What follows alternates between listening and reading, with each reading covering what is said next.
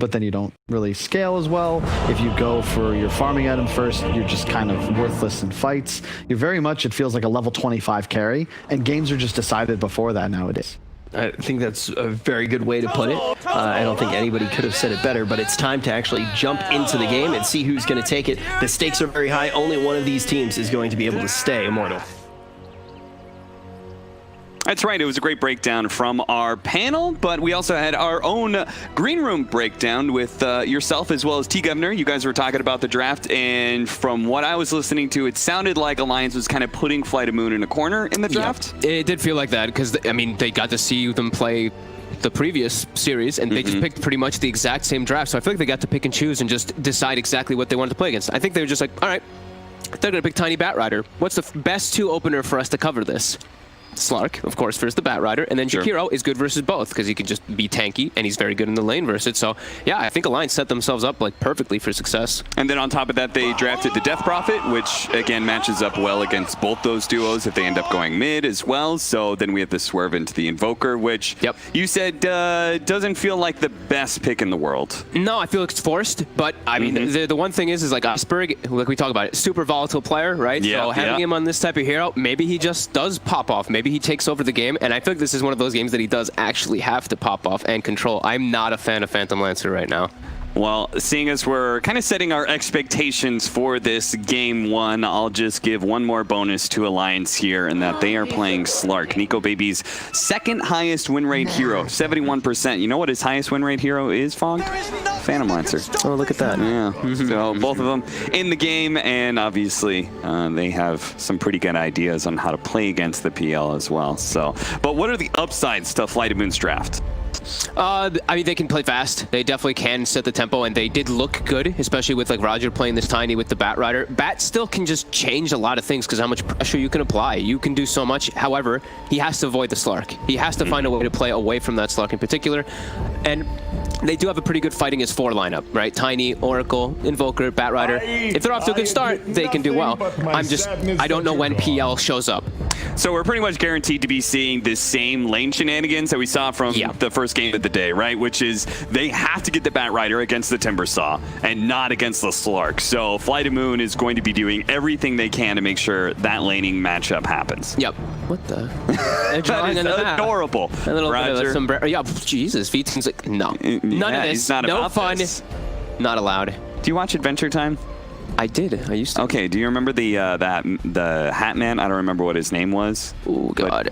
The Wizard Man. That's what it made me think of. Oh, it's true. It did. Yeah. It's been a long time since I actually did watch it. What a great show. It was. You should watch that and feel happy instead of when I was listening to the Slacks cast. He said, "Look this up if you want to feel sad," and I did. Don't look it up. Yeah, that was a sad trip. Thank you for that, Slacks. Yeah. As soon as he said it, I was like, I looked this up when I was younger, and I was quite mortified. Oh, there are terrible things out there in the world. That's why we focus on the good things in video games.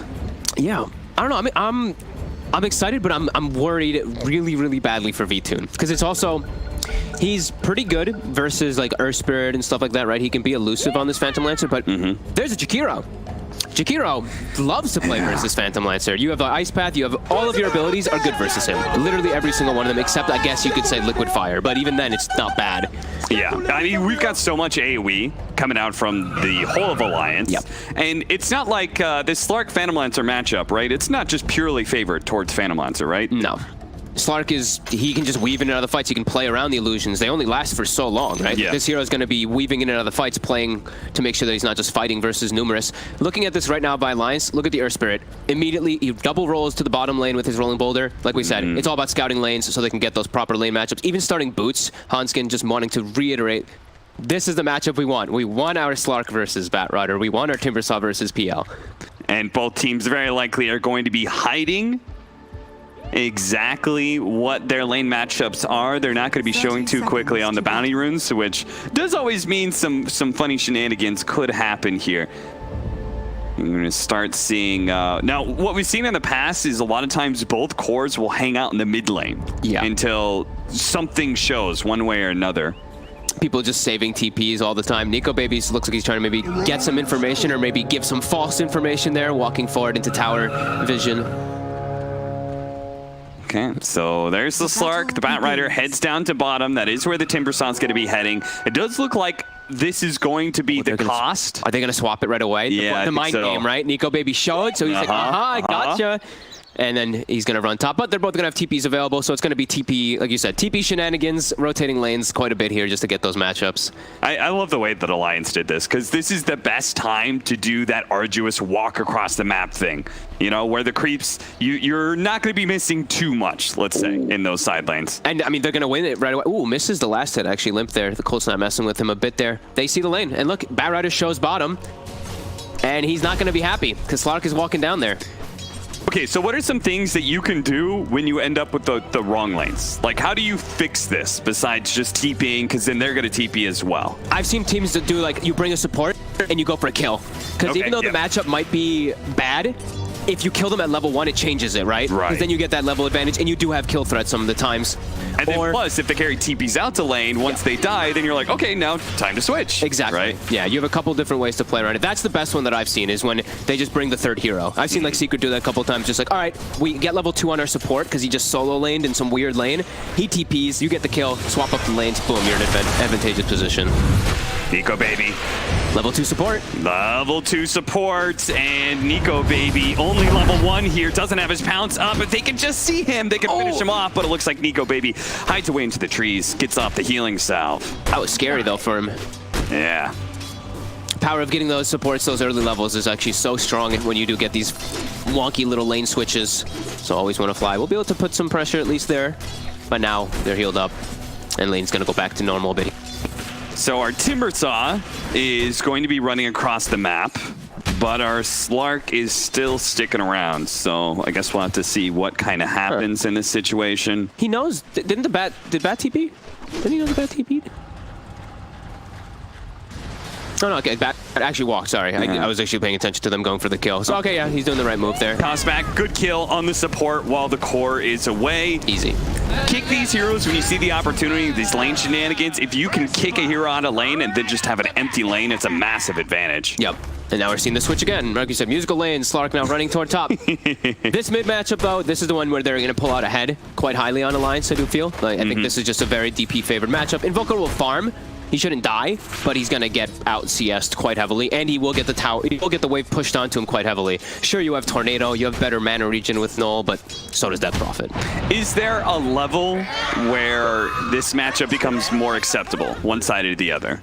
Not really as Quaswax, you just sustain. You don't ever like actually even out in those last hits. You can make a rotation. You can set up easily for like a Tiny to run in with boots and get a toss back because you have that Tornado to play around. But yeah, you're gonna suffer a bit on those last hits for sure. Because you're always just gonna have lane pressure onto your side. In which case it's up to Iceberg. You talked about his aggression as a player. That's where he's gonna have to be able to make the comeback. Yeah. But he shouldn't die, and he should still he should stay like this. This is fine. 10-1 to 13-4. That's kind of like the spread that it should be. He should be able to keep himself at least relatively close. Meanwhile, our side lanes, it seems like Fly to Moon is actually going to accept this matchup now, which I'm a little bit surprised just because I feel like the Timbersaw versus Phantom Lancer just gets harder over time. Yeah. And while the Batrider remains a credible threat to Timbersaw the entirety of the matchup. But they do manage to kill Nico Baby, so maybe it just comes down to the support levels instead. Yeah, the one thing about Slark is, when you're in this type of lane, it is weird, right? Like, you see the Dark Pact huge, and then that's immediately when you go. Because you get 3 stacks, and then Tiny's a hero that can actually capitalize on that super hard. And Roger's got good levels, so as soon as Dark Pact goes in, Roger's going to play incredibly aggressive. And this is that rotation. Yeah, so now he can really actually set up.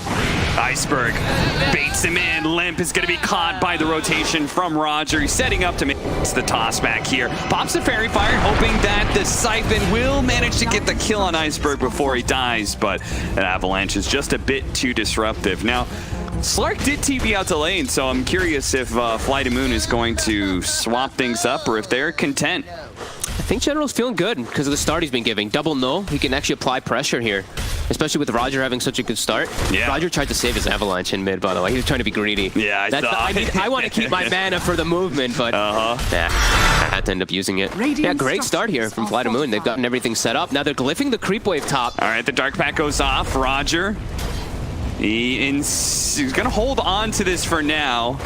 I think he maybe really wanted to get, man, Nico Baby did get pretty low. Yeah, there's a raindrop, though, so he might actually not be in pop vicinity. As bottom, they do find themselves a kill. Bounty runes, they did push them all the way back to the tower, so it should be a double free bounty rune for Roger. Yeah, you can see how much that damage. Like when the Batrider starts getting a lead over the Slark right at this, like at this beginning, it's not that bad. Just Dark Pack's not really that great. You're hurting yourself a little bit too while you. Yeah. It just kind of sets up a burst support to really feel good about going on you. Yeah, I mean they're giving up. You know, they're pressuring the Slark more to allow S4 farming. But like you said, this could prove to be pretty problematic. We did see, like they mentioned on the draft panel, their Timbersaw went beyond godlike the other day. He took over the game pretty much entirely. That hero. Tornado EMP with Roger coming in hot once again, but this time around, going to be some supports from Alliance. Both of them show up, but it may not be enough to be able to save Flint. The Spirit Siphon keeps him alive. That healing is just enough to stay above the threshold. Meanwhile, bottom lane, V2 going to be chased down by S4. Another round nuke. He's got him. You just mentioned the Timbersaw. Yeah, Fly to Moon, they may be regretting not taking that advantage of that lane swap when they had the opportunity. They killed Nico Baby. He TP'd out to lane. They could have swapped if they wanted to. And Nico Baby's actually kind of just solidified his lane up top. He's in the safe lane. It's harder to dive because he has raindrop too. See how Fly to Moon actually adjusts to this, as it does seem to be a little bit of a problem. The fact that Roger's having to do this much is scary, right? Look how much he's having to move. Moving all the way to bottom now to try to help. Good job. I always want to fly, saving himself a lot of damage. Still not enough, but with Roger coming in, they do have the damage to be able to bring down S4. That's a kill streak as well. So in a very weird way, always want to fly's deaths does pay some dividends over to Fly to Moon. Yeah, I mean, this is, if you're playing the 4 position, right? Roger's like, hell yeah, dude, keep dying. Give me that money. General still trying to chase down Nico Baby. This very clutch time, man, he was so close to level 6 too. I realized we always call him Nico Baby instead of just calling him Nico. I feel like for some names we do shorten them, but for him it's always just Nico Baby. I don't think I've ever just called him Nico. You know what's funny is when No Tail went over to Big Daddy, I could never call him just Big Daddy. Maybe that's just a little too uncomfortable for me, but say the name of Big Daddy No Tail, something about that just fit. I guess that's I guess that's why it just flows. You know, Nico Baby, just the baby over there. See our odds. Definitely favored to Alliance, probably as they should be. The panel was talking about how Alliance has had some really good runs through lands recently. They're one of the few European teams who's managed to beat Secret in a series rather than just take games off of them. Yeah, they've looked solid. They had a couple shakeups in this tournament so far, but overall, they definitely look good. They have cool ideas too. I think they were one of the first teams, even though it was rampant in pubs. They were the ones who did like Klink's Enchantress here. Sure. They've done some clever stuff with their drafts. Is Klink's Enchantress dead since they changed the Enchantress? It's like 400 less HP, right? It's like 700 less, I think, right? It's really? Yeah. It went from 1,200 to 500, I think it is, or something. Like, insane how much plus. And, dude, but EG played it yesterday. Twice. Yeah. We were confused why they did that. But, I mean, it feels like it's pretty dead. I didn't feel Klink's doing much of anything in those games, but could be wrong. TP coming in from General. They're going to try and kill S4. He just died recently, so this would be a massive kill if they can get it, especially with Roger. Set up there, it's a guaranteed kill. Yep. So S4 is going to have to do that long walk. And in fact, FNG, he completes his TP in, and General's like, okay, I didn't use my lasso, so it's a freebie. Might as well put it to work here. The FNG, they're going to have to dive for this kill, and the TP is coming in from the Death Prophet.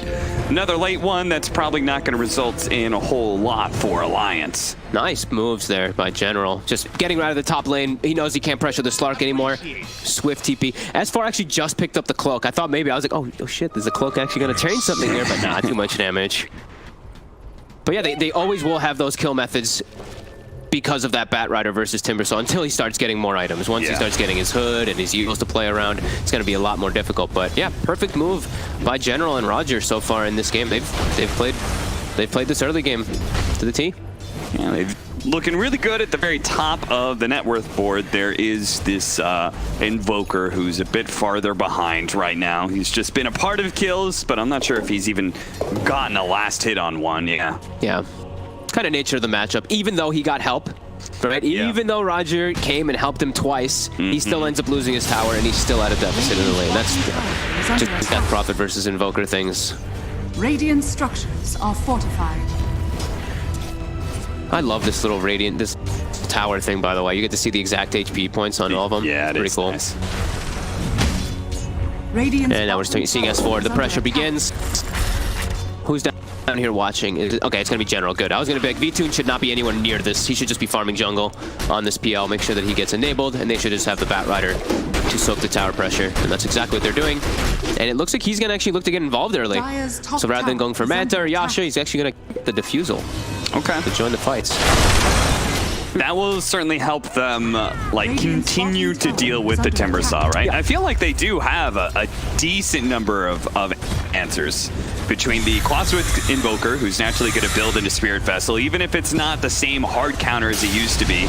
It definitely helps. You're going to see that Tornado EMP certainly go to work in burning out S4's mana. He does have Arcane Boots as well as Soul Ring to work with, and 12 Magic Wand charges. They push him back and get the deny, but now they're going to get caught on their way out. The level 5 Oracle, he may not be able to help anybody here. Gives the magic immunity over to Iceberg, and Iceberg, he sees they've got no stuns to actually throw out. General flew away, so it's only the 5 position that died. Again, a level 5 position, so not even worth that much experience. And they're gonna look to get, what, 3 bounty runes out of it. All right. Pretty good reset for them there. And we are seeing, like, S4, he might be tanky, but there's a ton of magic damage. And EMP, when he eventually gets Diffusal, the mana drain's gonna be really obnoxious this game. There's something about the tiny setup that makes General's movements feel a lot better, you know, where you've got this big burst of damage, you've got a fair amount of catch from the tiny. Fortunately, S4 was able to read the situation really well and played the distance pretty heavily there. They're going hand, they're going hand in hand, right? Roger plus General, both of these just on the same wavelength right now in all the games so far that they've played today. Look at this, Roger. Going for S4 without General's help. Iceberg's gonna try and punt out the damage, and it's enough. This EMP will burn S4 out. Another big kills. Alliance rotate here to defend their tower, but S4's already dead, and Fly to Moon may feel good about going for a dive if they spot anybody. Dude, Roger to this good of a, level 7 already. He's 600 from the Blink Dagger, less than 600 away. That's a threat. Death Prophet does not like playing versus those type of burst things when you don't have a save mechanic behind you. If he's able to get this Blink really early, he's going to apply a ton of pressure onto Alliance. Even Slark, like, he's not the highest HP hero. I saw he is going for Echo Saber, so he can actually deal with that big burst damage that's on the side of Fly to Moon, but yeah, this is a really good start for them here. Setting up the 2 supports. They're going to poke their heads out with 2 TPs coming in from Alliance. Hanskin has started the fight and has gotten some damage in, but a Tornado is really good to disengage. In fact, Roger's going to come in, just quickly kill the Earth Spirit, and then start backing away. Unfortunately, General's going to be run down. Alliance, they need to be able to catch more, and it looks like they've got it well in hand here. As always want to fly. He's going to be slowed down by the Spirit Siphon. He's getting himself a lot of healing, but I doubt it's going to be enough. It's going to be close. He actually survives. Barely lived. I think that was something like less than 50 HP, as that green health bar was completely empty. Iceberg seeing some couriers here. He tries to snipe both of them. He gets limps, and no, the other one runs up the outpost, and with the TP coming in, Iceberg knows he's got a skedaddle, and he runs right into an Invis rune too. That was certainly needed. Catch him with the bounce. Dust lands on him, and Iceberg, he's maybe dead here. The Tornado, he doesn't have the Ghost Walk for another 5 seconds. Slark is closing in fast. Ghost Walk is almost there, but the pounce lands, and it is enough to be able to get the kill. VTune tried to help him out the last second there, but he's just got to go back to farming, back to focusing on this Diffusal Blade. All important. Roger jumping in. Nico, baby, he's already blown his defense mechanism of that ultimate. VTune thought about it. I liked how disengaged there, realizing that was going to be going a bit too far. Stops that rush and now goes back into Limp. Limp pretty low on mana here, but lots of charges. General still has that lasso ready to go. They want someone real bad here. Yeah, I think S4 is going to be the target here. He's got plenty of napalm stacks, so they certainly got the damage to be able to bring him down. Alliance just completely forfeit that engagement. And we see those mango. Both sides actually do have mango trees, so we're just going to keep hearing those being consumed inside There's the fight. And another blink. one. Roger's got a blink at like pre-13 minutes pretty much it was when he picked it up. That's a problem. That's a huge problem for a to deal with. Nico baby actually had to be the one that turns up and gets that like chase to kill Iceberg because the rest of the teams couldn't. But this is a This is a Tiny who now threatens your course pretty significantly because of this. Yeah, there's a reason that Roger, in his very first tournament with virtus.pro, won the MVP for ESL 1 Katowice. It was a very impressive performance by him during that time, but he certainly proved that his success as a 4 position is not necessarily because of that VP squad by itself. Yeah, I mean, him in general have really been on point. Like every single one of their rotations has pretty much been successful. And they did great in that top lane too. Yeah. So they're both super enabled by for the time being. Alliance, they look like they're going to back up, give themselves a little bit of time to farm, finish up those items. I believe S4, he still didn't have the hood the last time when I saw him brought down, so I think he really wants to finish that one. He's actually not that farmed. They put a lot of attention onto him after that laning start. I like this Force Staff. Initially, I was like, but Blink, like, it's so good potentially getting this fast jump, but Force Staff has a ton of value in this game. Yeah, versus that Slark in particular, versus Ice Path. Yeah, a lot of different reasons. S4 just continuing to suffer every time he shows his face. I like the fact that Flight of Moon, we keep on seeing them, they don't go too kill crazy. No. You know, they see an opportunity, they throw out their damage, and if it's not enough, okay, it's not enough. You know, they don't try and dive in too deep and throw away this advantage they built for themselves, which is currently sitting at 3,000 net worth. Yeah, I mean, especially when you have like V2 is probably telling them as well. He's probably like, guys, I'm full-blown free farming. Yeah, like I had a little bit of a rough start in the lane because I died the one time, but I'm zooming up there, and I went for a fighting build. I went for Diffusal Blade, and I'm able to just free farm. Limp still not having his Yule Scepter either, so I mean, he just doesn't have good survivability at all. Do you think there's a dagger scary? You think there's a part of him that regrets going that fighting build now, like because his team has been so successful without him? Maybe a tiny bit. It still doesn't feel bad to ever have it, right? On a PL, it's like, whatever. If you find a support solo farming somewhere, you're going to kill them every single time. And it's not like a terrible farming item. It still has good agi. Radiant's bottom tower. And certainly added insurance for the around that 20-25 minute mark, especially since Nico Baby is going to be going for a fighting build himself with an early BKB pickup. Oh, look at that. That just shows how much he feels threatened by this super heavy magic damage lineup of Flight of Moon. They're not going to be giving a Veil, though. That's something I always do like to see when I see such a heavy magic damage lineup, is trying to pick one up. But, I mean, Roger could, but he maybe wants to get his own type of, like, defensive item, like a Force Staff at some point, too. Yeah, it always feels like a shame when just, like, the natural buildup of all these heroes, just none of them can really fit it in.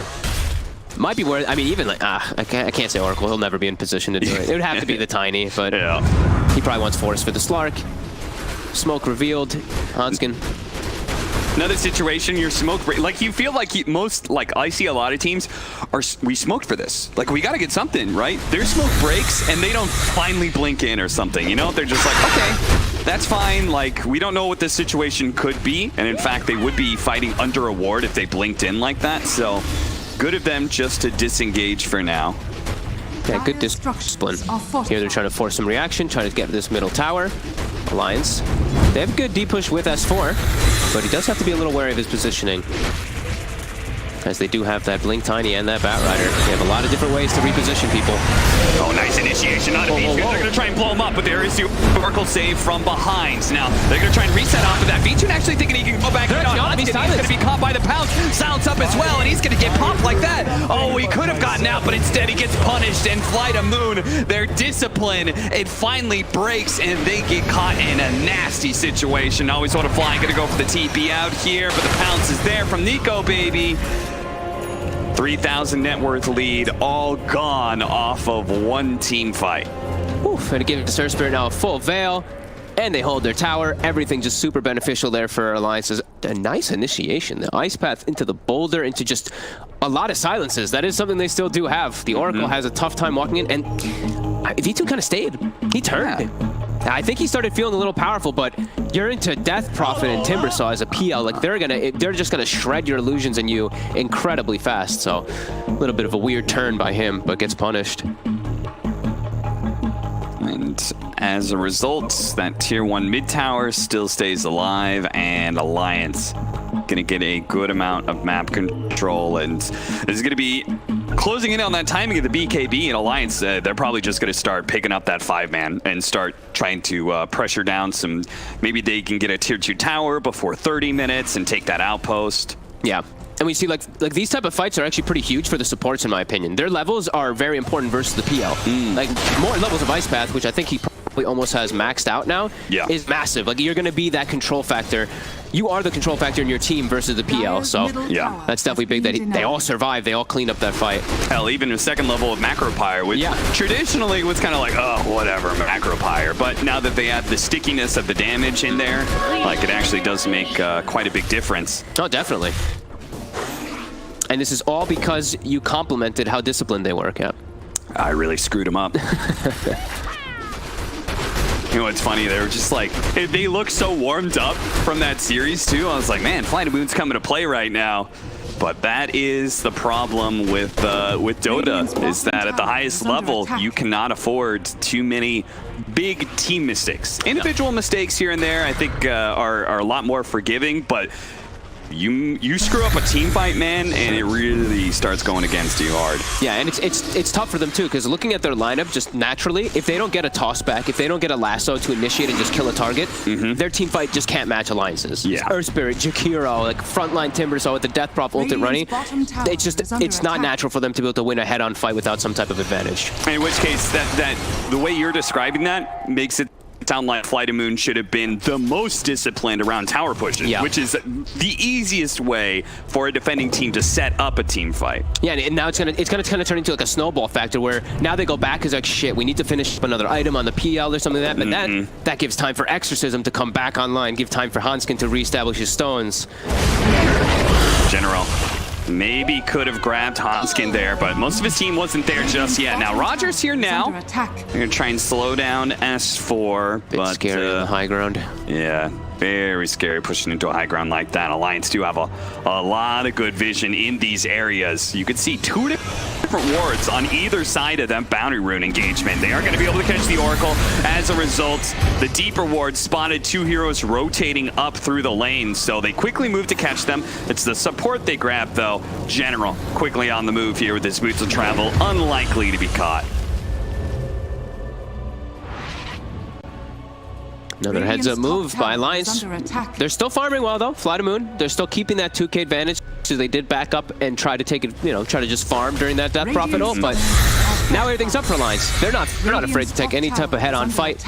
I do believe that the Manta is now done for V-Tune, though. So now he should actually be feeling a lot better to join the fights because he can avoid those silences. Right. But still a lot of control. There's still the Jakiro that's always going to be a problem. Grabbed him before he gets Timber Chain away. You can see Hanskin, he's trying to do something to be able to slow this down, but S4 has been pulled back into his doom. A bump, nice hit from General. That's going to be able to catch up to Hanskin here. Hanskin will have another roll soon, and once again, Flight of Moon see that high ground and say, okay, that is not a place we want to just blindly go into. Yes, for it. Overstayed his bounds, I believe. And he knows it too. He knows it. Even then going for that last creep wave with your catapult, it's crazy. Those are, I feel like we see that in pro games and in like pubs all the time. That tower, those offlane towers, you really want to get it, but it's a trap. It almost always is a trap. Yeah, and ultimately, I mean, a lot of things in Dota come down to the risk versus the reward ratio, and like, what is the reward for getting the tier 1 offlane tower? It's usually not that much. Yeah, he was just really trying to capitalize. Damn, we got that Oracle. We're gonna get an objective off of it, but yeah, ends up paying with his life. He has to back up and wait for him to respawn for a moment. I mean, Nico Baby's still he's farming up a storm though this entire time on the Slark. Yeah. Level 17. Nico Baby Slark. Going for that Scotty. Not fun to play versus as an Invoker in particular. Any type of ranged heroes just get destroyed by this item. And he's just going to be really tanky. I think that's the majority of what he wants to do is just... I am not getting popped by Tiny Combo. I am not getting caught up by like some Tornado, Sunstrike, etc. And it even has a side benefit of helping him with his mana pool, right? Yes, because that's going to be a big problem against Phantom Lancer. Yeah, that's a good call. Radiant's top tower is under attack. Now they're getting on their aggressive posture. S4 is like, I died for this tower. We're taking it, and you're giving me the last hit. Thank you. He's He's in the front line. He's enough to always want to fly. does manage to purge and get himself away. Ooh, Turning around, lasso onto Nico Baby. Nico Baby didn't get off the BKB, didn't get off his Dark Pact, and now he's dead. And Alliance, they're like, oh shit, there goes all our damage. It's time to leave, boys. It's time to get out of here, but they're going to get caught. Always want to fly. Going to make sure the opposing captain in FNG is certainly going to be falling. S4 and Limp are on the run here. Force that forward. Roger, blink up in a second, but I think those other two heroes are just a bit too fast. And Limp popped the exorcism on the retreat, too. I think he was trying to scare them, being like, oh, okay, they're not going to chase me into it, but oh, man, every time we hype up a player, I feel like we just curse them indefinitely. We really did. We're like, man, Nico Baby. Look how fearless he's being. Oh, Jesus, he's dead. Oh, God, he didn't use BKB or Dark Pact. I think Dark Pact maybe had like a split second, but he didn't use anything. He gets caught by the lasso. The new blink on General has shown and punished the Slark. It's okay. That's what Jenkins and I were doing with Thompson yesterday. You know, because it's like Thompson, you have to have fun with how aggressive he is, but when it goes wrong, man, it goes really wrong for Thompson. He's like, man, look at this genius maneuver. He's cutting tier 2 wave. And, oh, he's dead. Oh, God, he's dead. Why is he there? What's he doing? It's funny how it always goes. Like the initial part of it always looks good, and then it's always the added efficiency. You know, it's just that extra 10% more. What if I push yet another wave? Or what if I finish off that range creep? Or maybe I funneled into farming up some neutral creeps as well. That's what's going to get you caught, that greed. Mm-hmm. See the similar item build from VTune? Also doesn't want to... I mean, he just wants a long fight, is pretty much that tells me, as his Phantom Lancer going for this Scotty. Versus Death Prophet, another thing. You know, going for range heroes is always amazing. And then he can tank up. Very similar kind of style that is as Nico Baby for this game, since he's playing versus that Timber Saw. Mm-hmm. And they're looking to invade now. They're looking to take advantage. Death Prophet ulti, Exorcism still on cooldown for a couple of seconds here. FNG, they're going to be able to catch up to him. Flame break on the two of them. Nico Baby commits his BKB to going on Iceberg, but Iceberg, he already has a BKB of his own. Quickly deals with that pounce, and is able to play a bit of distance away from Nico Baby. Just trying drawing him away, tornadoing up the other side of Alliance, and getting the rest of Flight of Moon. Well, almost everybody back to the high ground. General is the only one who's a little bit separated from his team. Nico Baby saw him for a second there with the night vision, but don't know if they're going to be able to catch him. He's hiding in the woods, and he'll be fine. So that was a death and a buyback for FNG, and Flight of Moon, they didn't really lose anything for that. Nope, just the BKB charge, I guess, on the Invoker. That's about it. Yeah, and if worth it. Personally, I would trade my BKB charge for the Slarks every time team fight, right? Yep. Definitely. I literally just kited Nico Baby the entirety of that fight. Radiant's bottom tower is under Great attack. item choice here by Iceberg. Radiant Just structures defensive are capability. fortified. Dire's middle One tower small thing we is haven't talked about with the Scotty is the health restoration effect that it has now. Mm-hmm. And that is obviously a big factor in both sides, right? Because one side we got Oracle, the other one Timber Saw, Death Prophet. That's definitely true. A 40% reduction could certainly mean a lot. S4 with the pre-Yule Scepter onto General. He gets kind of trap of his own making as he just kind of stumbles into it. Always want to fly ahead to put himself in danger to be able to bail General out. It looks like he's going to be caught by the Death Prophet. On the other side of things, Hanskin, who rolled in earlier, now rolls out away from Death. Fly to Moon, though, pretty clean extraction. They didn't lose anybody. They're actually getting out without losing a single hero. And look at all the mana pools on Alliance. 4 heroes completely out of mana. It's only Nico Baby ready to fight. And that was Exorcism used. They got nothing out of it. How did they not kill that Bat Rider? I mean, of course the Oracle saved him, yeah, but it just looks like such a nasty situation for Flight of Moon. He just zoomed out of there. Mm-hmm. They didn't have any type of extra lockdown. And now it's go time. Yeah. They only used the false promise. They have everything else available. I like this a lot. Especially as the tier 3 items just spawned, so there's a pretty decent chance someone from Alliance is going, all right, I'm just going to hit this camp and see if I can get some neutral items for us. They go into the Dire jungle. They would find a couple of cores. Nico Baby farming it up right now, General. He doesn't get there in time. They see FNG. Yeah. He was dewarding. General wants him. FNG. Oh, just not in time. See you later. Crisp movements by Fly to Moon. Just, I mean, beautiful disengages, really. That's multiple times now we've seen in this game of them just cleanly getting out of a fight. And yeah, now that Scotty's finished up, so versus that Death Prophet versus that Timber, definitely going to be super good. And into Roche. No DP ulti, no nothing on Alliance, really. There's no way they can contest this one. They don't even have much poke that they can really, like, no. Especially with FNG being dead. They have to kind of just commit in there without exorcism. Sounds really scary, really bad. S4 is going to be able to offensively use up Iceberg here. Iceberg still has BKB, and he's not too worried about this engagement, especially as they've taken the Aegis now. V2, he's going to go forward. Nico Baby, he's going to have to commit his BKB. Starts laying some damage. They're just ignoring him. They're running past him and going for everybody else. Nico Baby does manage to hit the pounds onto General here, but his BKB is going to wear out soon. Meanwhile, the rest of his team still being chased down by V2. They got to get out of here. S4 doesn't have much mana left, and a missed Timber Chain.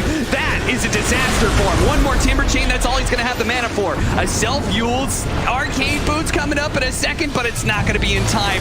Roger looking for that extra kill, has a 4-staff, tries to get away, saved by the Oracle with a buyback coming in from Hanskin. He wants to make this worth something. He needs to be able to catch them. But into this team fight going to be good. A really good Magnetize and a better Macropire over the top of the two with a Spirit Siphon Exorcism on the two backline heroes as well. Always want to fly. He's going to die stranded in no man's land, while Iceberg does manage to get away with the extra movement speed of Ghost Walk. Limp could not stay on him because of that tornado. Oh my god, their cores actually are able to disengage out of that there. Huge roll-in by Hanskin too at the buyback, but lacking a little bit of extra catch there. They just walk away from the ghosts again. And look at V-Tune, he just goes in, no cares. He's got a Scotty, and he's got an Aegis to work with, so he really should not be too scared of anything on the side of Alliance.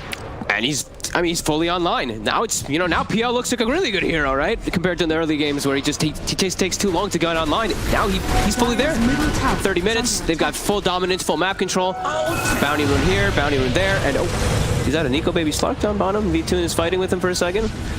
Almost caught him with the tornado. That's a big one. If you could ever hit him with the tornado after he dark packs and pops his Shadow Dance, ooh. That hero starts feeling pretty lackluster. But yes, with the 10,000 net worth lead and V-Tune specifically stretching his net worth lead over the Slark, the Catman has begun to become a Lion, level 20. Picking up some tier 3 items. And they're just unable to really kill like any of the cores. The Batrider, they even got him in a pretty decent spot there that maybe they can bring him down, but he's tanky on General. He went for the 250 health talent. I've actually seen most people take the +5 sticky. He is a really buff Batrider. Even if he gets grabbed, we saw he's survived so many of these different occasions because of how he's itemized. Yeah, what a really 2,150 HP. Even has another 3,500 gold on top. Yeah, he's very survivable. Dire's middle tower.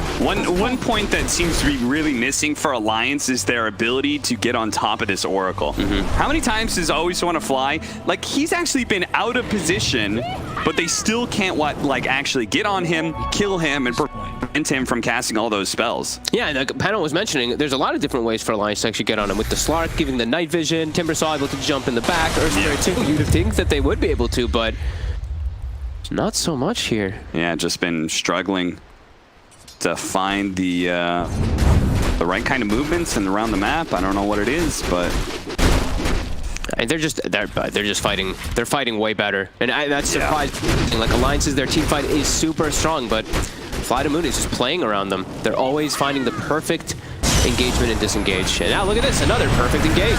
Gonna be able to grab S4, quickly blow him up. Now he does have buyback. So if Fly to Moon, nice Eul's Scepter there from General to be able to stop the TP out from FNG. And Roger, yep, he did go in, see if he can catch that extra hero. The Oracle is always there to bail out that kind of aggressive maneuvers, though.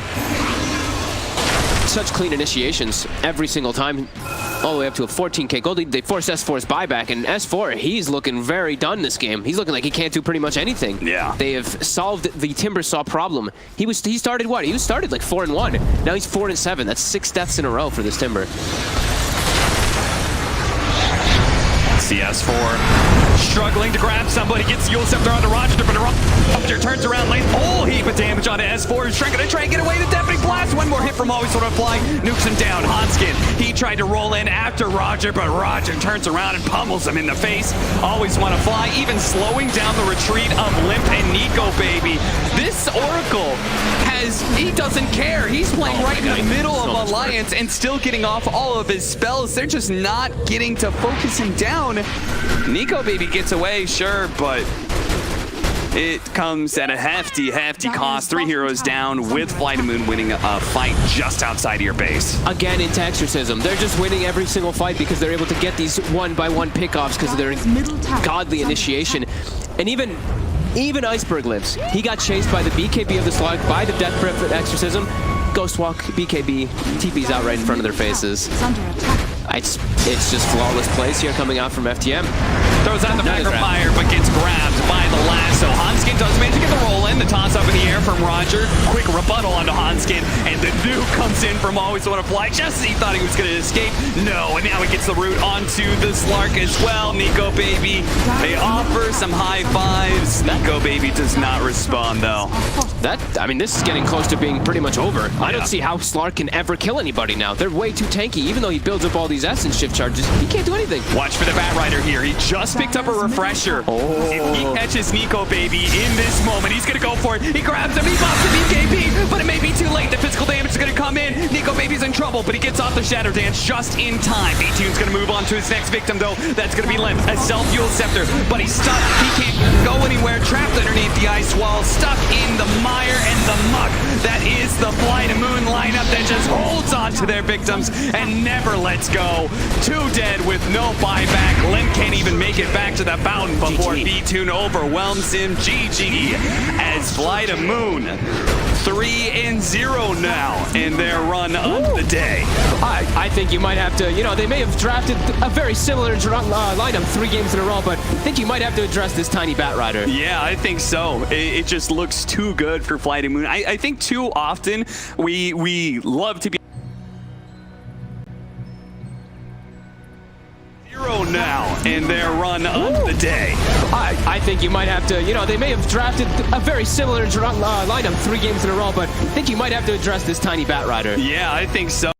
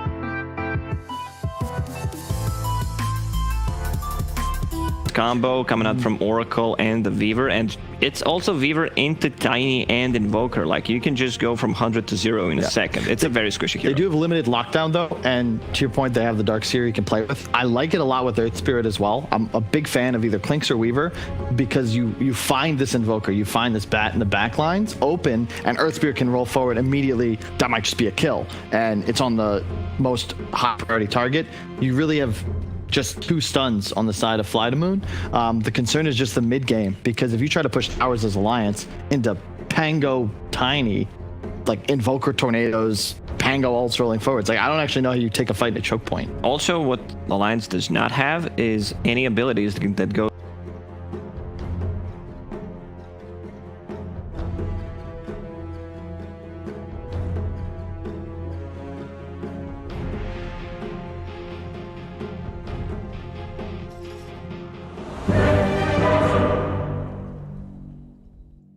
That was lame.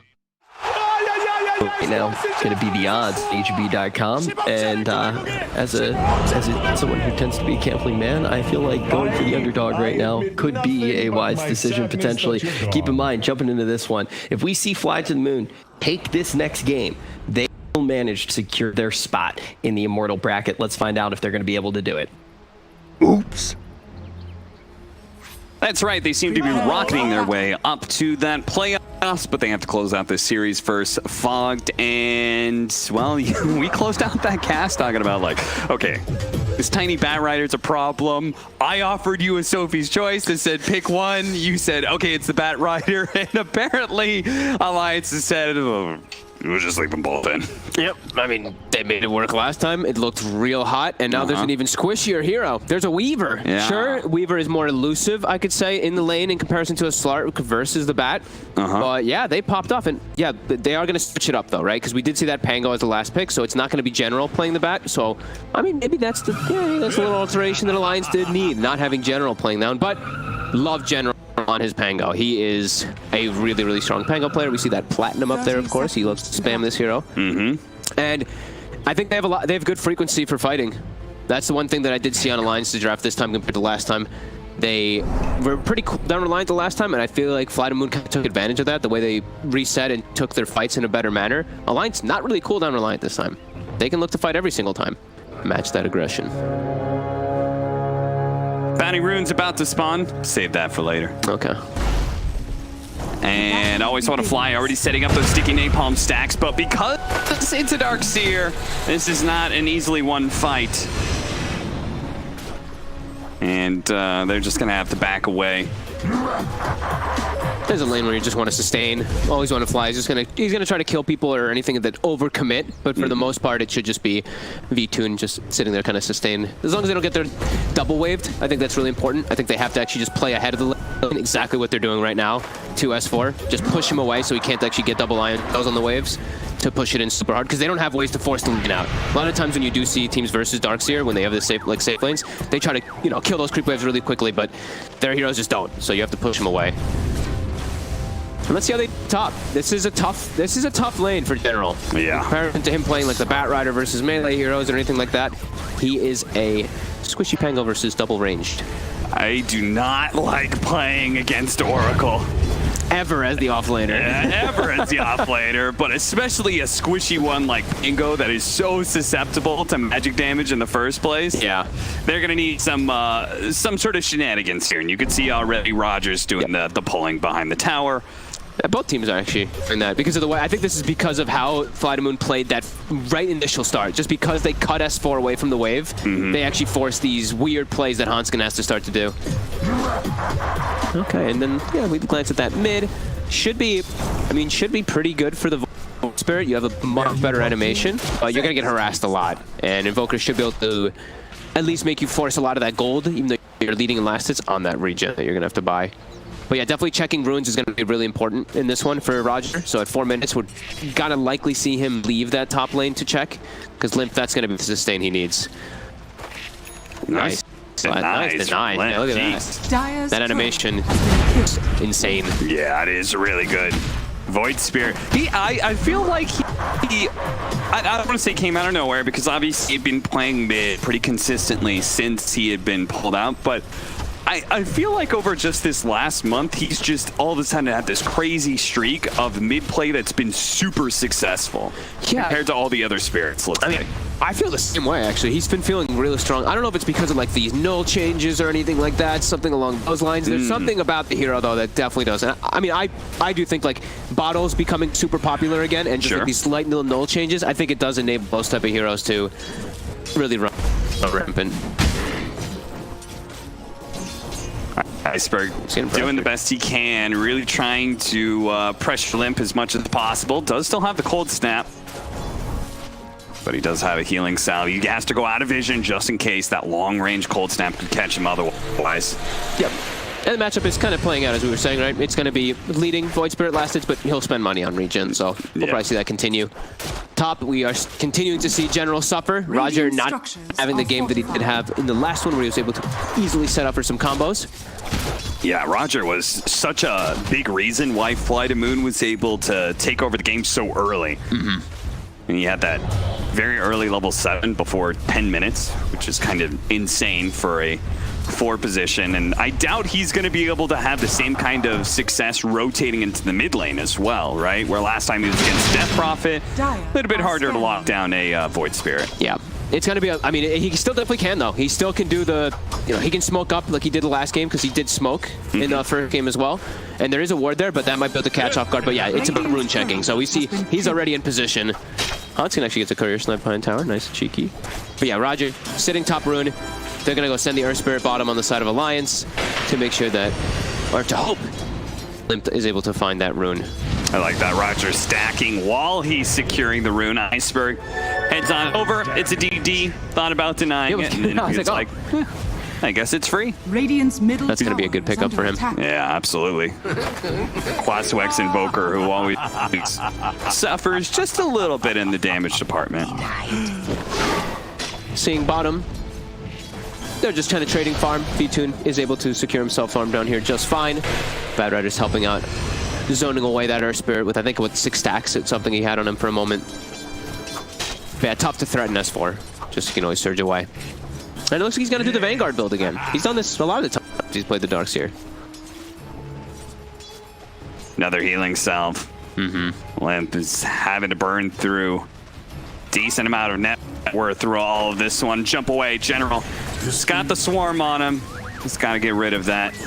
Fortunately, it's only a level 4 Weaver, so it doesn't really have that true chasing power. Roger looks like he wants to secure a bounty rune somewhere, but he'll get neither as a result of that double push in from Alliance. Nice play there by them. Yeah, General's probably like, all right, cool, that's chill. I'm fine with this. I don't care if they get the bounties. I got a little bit of a lane. I actually see that General also, he bought an Orb of Venom, even though he's in a tough lane. I usually see that Orb of Venom picked up a lot, but usually when you can get aggressive. Yeah, usually up against melee heroes that you can actually get hits on in the first place. Yeah, that's his first 300 gold too after like the starting item, so a bit surprising, but preference. Nice little side pull by Roger. Gets that lane back for General, and hey, all things considered, I mean, General's going to be approaching level 5 versus a Weaver Oracle lane, and he's got last hits to boot. I mean, I think he's very happy up here, even though they haven't, you know, made any plays with Roger. He's the pull, the creep pulls all the time. Yeah, everything can be forgiven if you get that fast level 6. Yeah.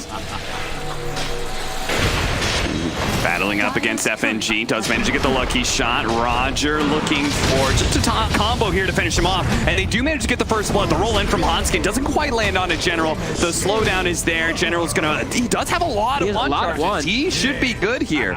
Plays with that armor from under the tower there, knows he doesn't have to pop it as well. Very nicely done. And there, I mean, okay, I'll prevent him, you know, he got the slow, you know, so that the Tiny can get into range, makes sense. Now that's like the dream, I feel like, for a Pango in this type of situation, right? Like you're playing for double range and you're not having fun there. So. And a tri-lane showed up. Yep. The mid rotated over as well. Now doesn't catch you, instead it catches Roger, the very underleveled Tiny. Iceberg looked like he wanted to TP there, but too many heroes. It is 4. They're trying to capitalize on a catapult timing, which is very, I mean, this is not day anymore. The offlane tower getting so punished that they really want this down. This is some like throwback 8 years ago when people were like, pull the creep wave, take the offlane tower. Me and Lacoste were actually just memeing about this upstairs before. How this is literally what people used to do back in the day. They're actually going to get this full tower. So this is a bit of a meme stat, Fonged, but when a team takes the off-lane tower as the very first tower, they have like over a 70% win rate. Okay. Usually all that means is that the lanes went so shit. Yeah. that you somehow lost your off-lane tower and the carry didn't feel like he needed to rotate like he normally does. But it is interesting nonetheless, I think. I mean, it's super, like I said, look, back in the day when we all used to play, that was the thing to do. You single pull, you double up the catapult weight, and you take the tower and you dive the hell out of them, and then you just like win the game. Nowadays, like nobody does that because it just gives a free lane to the offlaner. So, I mean, general, we said he already started off pretty well. If he keeps this lane static right there, he's able to just TP to any lane and do pretty much anything he wants. But there's going to be a lot of wards, though. What's kind of cool is that Alliance, yeah, they got that aggressive ward inside the triangle after taking the tier 1 tower, so they have actually have a decent control of the triangle as a result. It's not like Flight of Moon really needs to make much use of that, though. Their lineup is inherently very aggressive, and they don't have a carry that like really plays around Ancients too much, right? Avalanche gonna try and stop this. Actually Nice combo. That is the nerf to dissimulate animation that happened a couple patches ago, right? Those little mini stunts. I mean, Tiny's always going to be able to do stuff like that in turn with a cold snap too, and they don't have to use the rolling thunder either. Yeah. So general able to go and farm, I believe, the stacks that Roger had set up for him. And, I mean, look at Roger. He's like a Hanskin's gonna roll, and I'm gonna catch him. Always want to fly. Jeez, this is such a deep chase. Forcing reactions. The Limp, he's going to come in and try and clean up the kill. Double astral step and hits him with the remnant, so that will be a kill. Okay.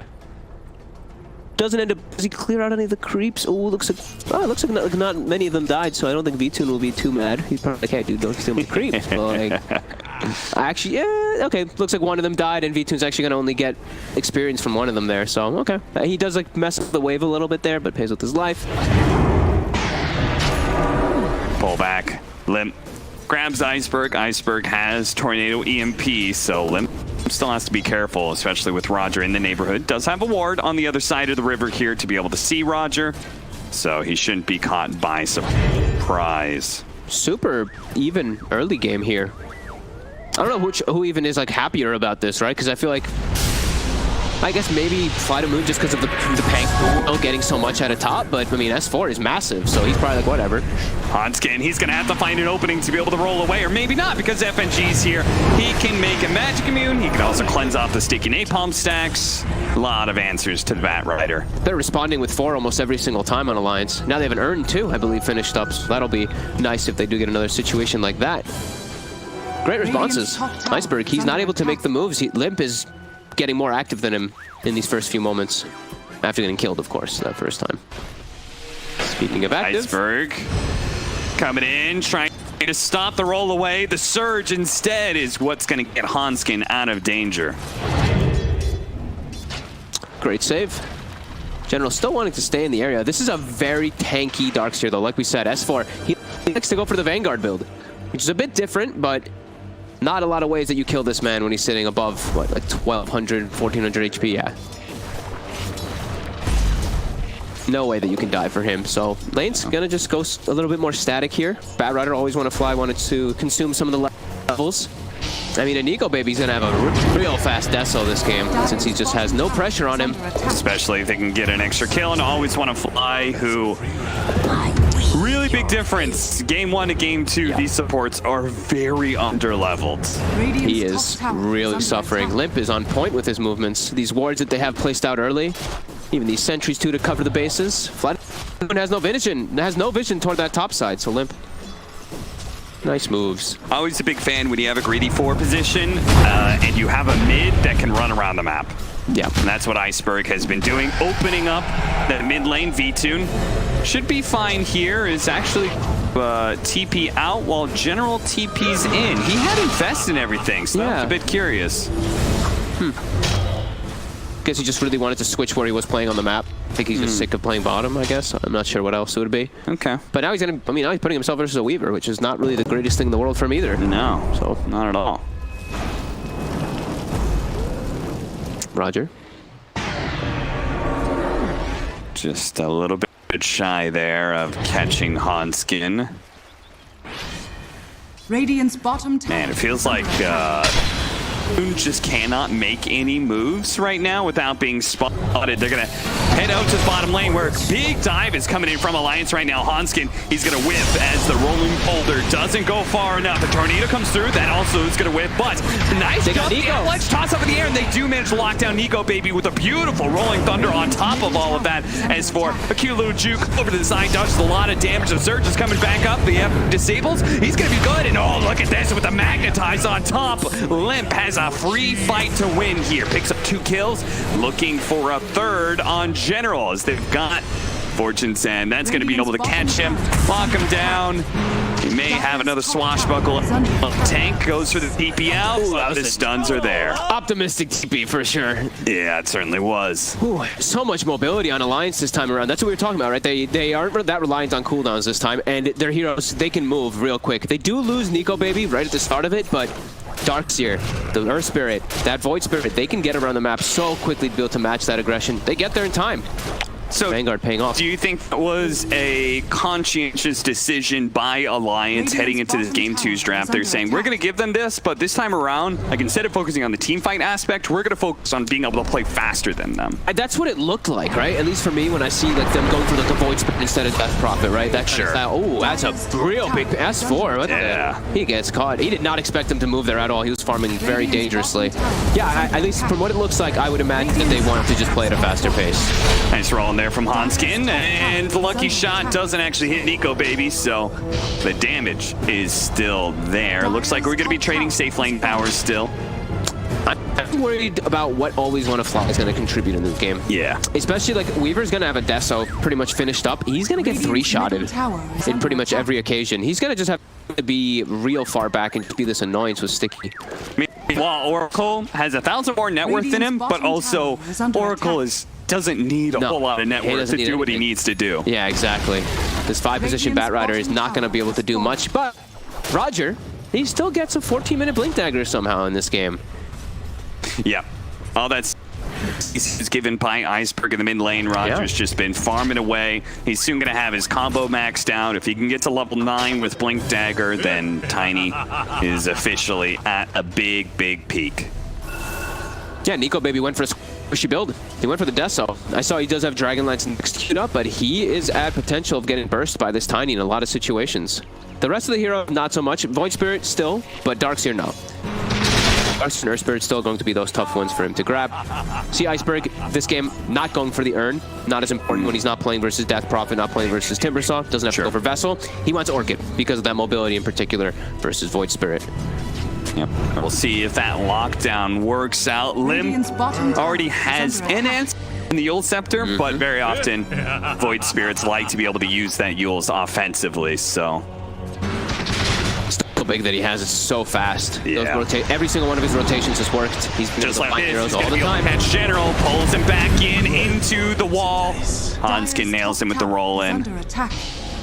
Nicely done. Yeah, Limp is, I mean, he's on fire. He's really looking, I mean, Death Prophet's Nico Baby. Roger is there. He spotted him. Spots him, managed to get the silence on top of him. So Nico Baby's going to be able to get that kill before Roger gets off a combination.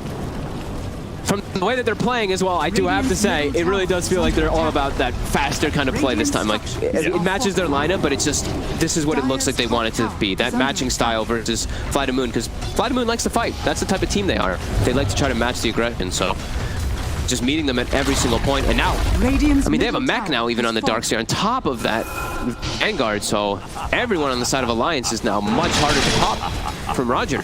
Yeah. I feel like, again, that's another thing where we focus so much on draft and like hero interactions and stuff. Like sometimes teams are just looking at strategy of against this team, how do we want to actually play? Nice roll in onto the Iceberg Invoker, who dies immediately. Now General has a good rolling thunder that's controlling up Hanskin, but V-Tune is struggling to be able to finish him off, and FNG bails him out with that false promise. Now S4 has free ways to disengage with the Surge, so V-Tune, you could see he just about enough damage to threaten anybody on Alliance just yet.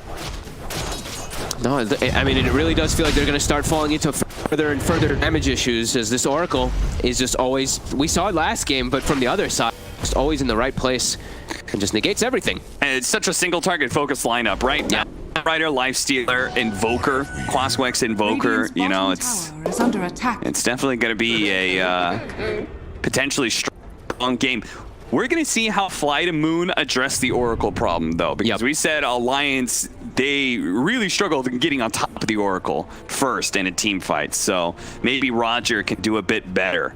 Yeah, it's gonna be really up to Roger in general to find that backline. I think I saw General doing like the Yule's Blink. He has to go for this type of build to find this Oracle in the back. They're right on top of each other. They do go for the infast combination to get Hansen, but Alliance is right next to him. They're gonna be able to get the, oh no, does manage to get off the rage before the Remnant can grab him. That is a, do they have any Suns? Oh, that's so close. I was so puzzled. I was like, they gotta have a Sun somewhere, right? V2 struggling to get out of here. Always Want to Fly was saying, take me instead of him. And Alliance says, well, why not both? And there is going to be Always Want to Fly getting popped before his TP could complete.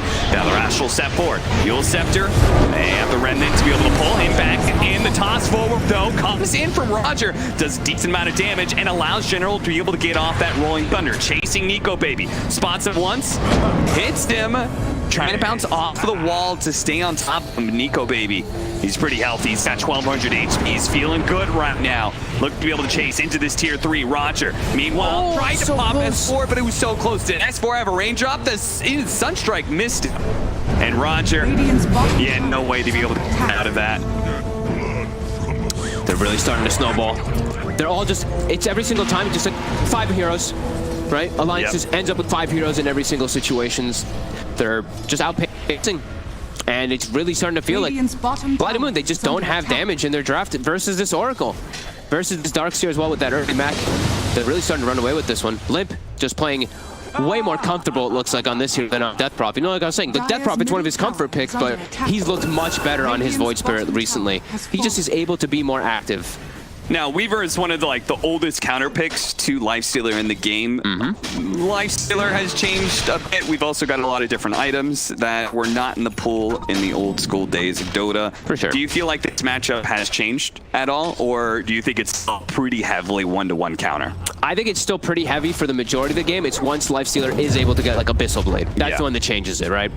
Halberd, sure, is going to be able to limit you take less damage, but you're still never going to be able to actually threaten the Weaver until you have an Abyss. Oh, that feels bad. They get the Orchid off, but a Yule Scepter stops the Pain from the Rolling Thunder. May still have a chance to be able to get it, but he has so much damage coming his way. He's still going to be rooted up. Meanwhile, they've lost the Earth Spirit, though, and chased away the Bat Rider. 1 for 1 so far as General gets away thanks in part to the Infest from V2, giving him that big increase in health pool. Working their way towards bounties. It looks like Fly to Moon may actually end up the better for it as long as they don't get caught. Grabbing this one here, the Invoker is in some big time trouble. Needs to be able to pop the Ghostwalker Tornado. Gets neither off. That was an excellent fight the way Alliance took it.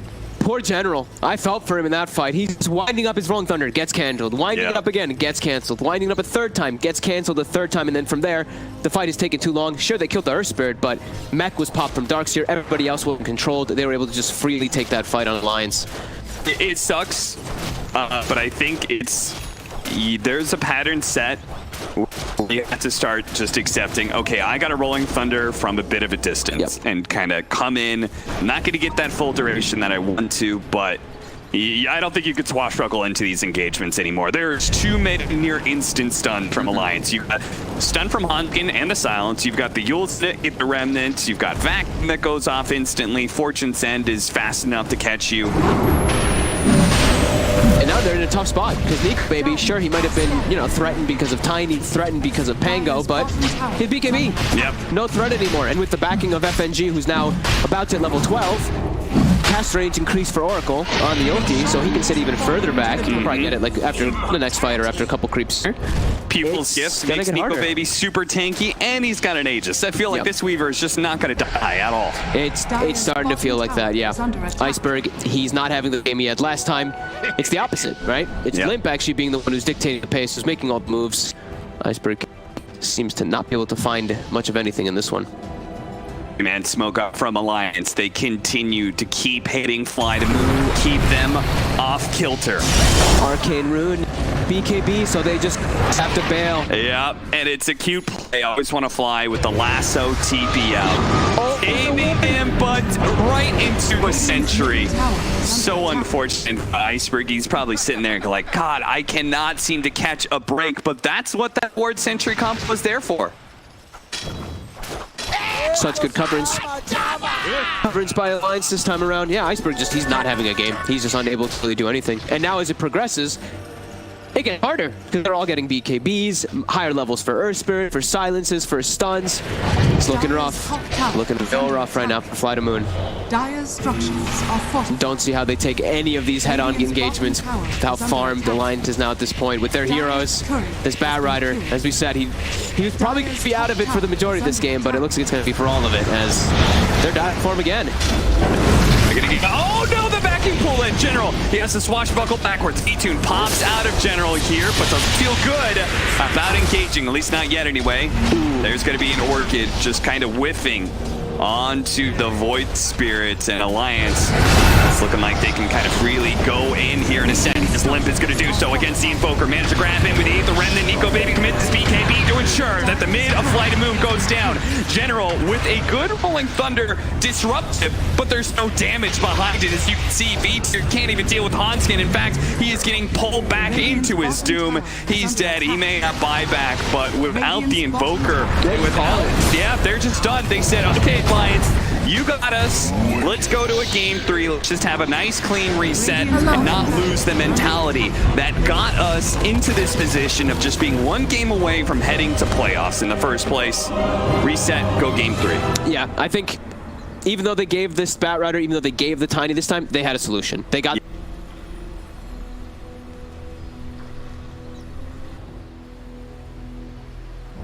Darkseer, because you can just control chokes, and if Darkseer is allowed, like, you don't want to fight Darkseer and just have him and whoever he surges just kind of moving around freely.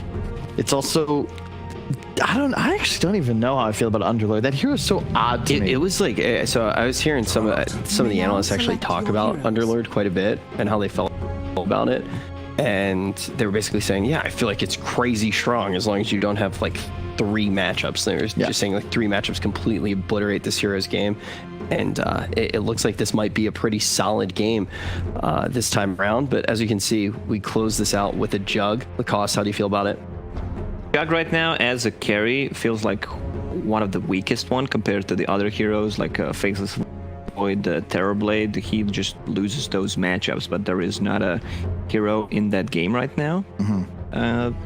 Depends how the start's gonna be. This Oracle Jug, if they get a kill or 2 on Underlord, they can make his game miserable. But Underlord, I have to agree with whoever you talk to, Rich, that Underlord is just insanely good hero right now. If you're not, just being countered early on. I'm concerned for Alliance's damage output in a full-on 5-on-5. You can assume Underlord's gonna grab some teamfight items, probably early pipe or mech. You're gonna have Sven going for maybe Midas, earlier BKB. But the main issue is that if you look at this, it's Jug and DK as your sources of damage. Oracle Clock do not do DPS, and Fly to Moon, they're just so tanky. These 3 strength heroes, you're gonna have an Invoker running around, real tough to lock down. It's gonna require a really excellent performance from Limp, I think, to take this game. I've seen him go for this Blink Rush before. I think this is a great game for it, so that they're not completely reliant on Hanskin's clock to make plays. And if you do that, especially with the Darkseer, you're gonna find kills, you're gonna make space for Nico. I'm curious to see what items he goes for as well. I think the bottom lane for Alliance win.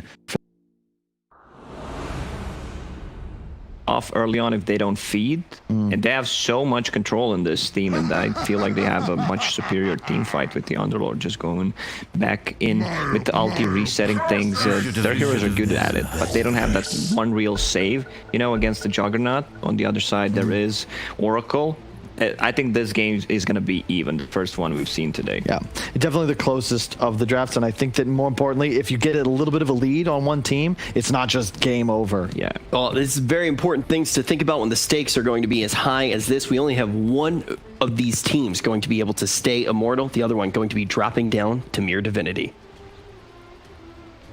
The first game was picked Oracle, and they had a lot of success with it. Fly to Moon was very happy with that pick. They wrote their name proverbially on that hero, and its success. And then Alliance comes along and just sees that and decides, I'm going to take that for myself. You know, like when a coworker, you know, you say you have a refrigerator, you know, where you have a bunch of people's lunches and stuff, and everybody writes their name on it. And some coworker comes along and just takes that, somebody else's food, and eats it for themselves. That's it seems very rude of Alliance to do something like that, right? It's like the rude thing you could do. Absolutely. I just wouldn't be able to stand a workspace with somebody who'd be willing to do a heinous act like that, Rich. But let's get into game 3 of Flight versus Alliance. I was like, I didn't witness some thievery going on here, but I'm assuming something pretty intensely right now.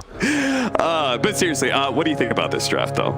Like, is the Oracle positioned for success again? No, seriously, Rich is a piece of shit. What a piece of shit. It looks pretty good. There's a lot of different things he can dispel. I love this Underlord pick, actually. I think it's super good if he gets away with the lane.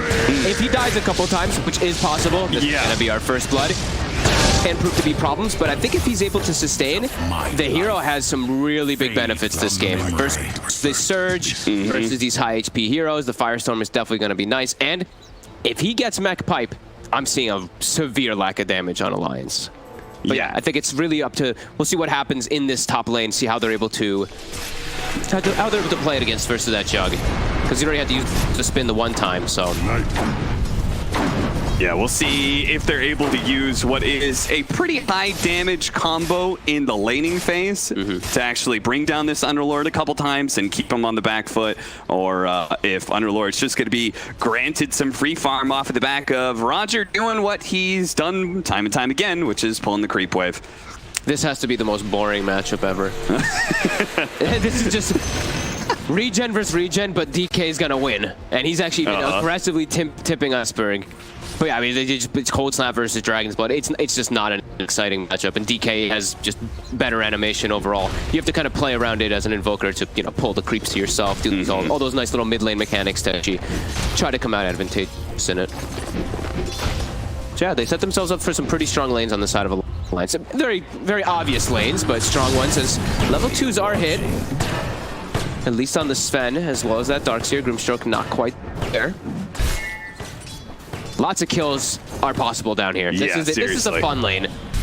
Top lane, I guess, can be fun too, but I feel like if Underlord plays the lane well, he shouldn't actually die to the Oracle or the Jug. Like, you can get these type of sustain items, you get the early break, or you get yourself some fairy fires, etc. Just keep yourself healthy, and you have just innate tankiness to be able to survive. Yeah, there's different game plans at top, right? Yeah. Underlord wants to stay away from fighting and just focus on the farming, and then this bottom lane, they've got the same game plan against each other. They both have a combination that can easily get kills. It's just about who's going to execute it a bit better. Absolutely. Yeah. Toss him onto the range creep. Nicely done by Roger to secure that last hit. General's like, stop canceling the Firestorm. He's like, I really don't want to use this here. But I was going to bring up our mid matchup, and then I forgot it's the really boring DK invoker. He is winning in CS, and that's really all we need to look at from that matchup. Ooh, nice toss back. He doesn't have Mango or anything. He does not. The Nico's actually just going to push away General just to ensure that FNG is safe. S4 though. This bottom lane, S4, he's the first one to die in this bottom lane. I mean, it's all about just a resource management down there. It's like if the Grimstroke and Sven have their Mangos, have their Clarities able to run, they're going to be able to get constant kills down there. Yeah. It's a little bit tougher for the Clockwork Darkseer. They still can on the Grimstroke, but yeah, a little bit harder. And I feel like it's difficult for either one of those two to stop the Chainstun combination of Stormhammer into Inkswell. I guess the best the Clockwork could do is try and go for a Cogs pushback, but if he messes it up, then they're both stunned. Yeah. Limp 8 denies. Look at him go. Tornado tries to secure 2. Limp doesn't care. Limp continues to not care. 15 and 10. Continues to not care. Another deny. 16 and 11. I mean, he's owning. Yeah, who cares about tower hits, you know? Yeah. Anything just to focus on the CS. And because Soul Ring got changed, he's versus a Quasquex Invoker. He's like, sure, I can go Soul Ring in this matchup. It's not bad. I don't want to rely on runes. General. It's actually really nice. He'll be fine up here, as we said. Not getting the most last hits, but at an Underlord, if you're not dying, like it's like the super benefit. And bottom, Oh, Managed to get things well stunned onto S4. He couldn't get away. This combo, it's just too easy for them to find openings. the second they see Hanskin like pull the wave, instead of being like, hey, we need to interrupt this pull, they're like, no, we're gonna kill instead. Yep. Now they are a little bit low on the mana though. Ooh, nice. But yeah, Swearing at least 9 away that regen. But yeah, look at Sven's mana right now. He's lacking, but I imagine it's gonna start being that that courier ferrying of mangoes, etc. to make sure they can keep those combos and keep shutting down the Darks here. FNG. Ooh, he gets the toss actually on the Underlord and not quite on that. Yeah, that means they're going to miss out on a little bit of damage, and it could be the Underlord going down, but he's kind of blocked in. Nico Baby couldn't get the rest of that spin on him, and FNG was too scared to try and go for another round of Purifying Flames. Oh, there it is. Nice cog. Cogs.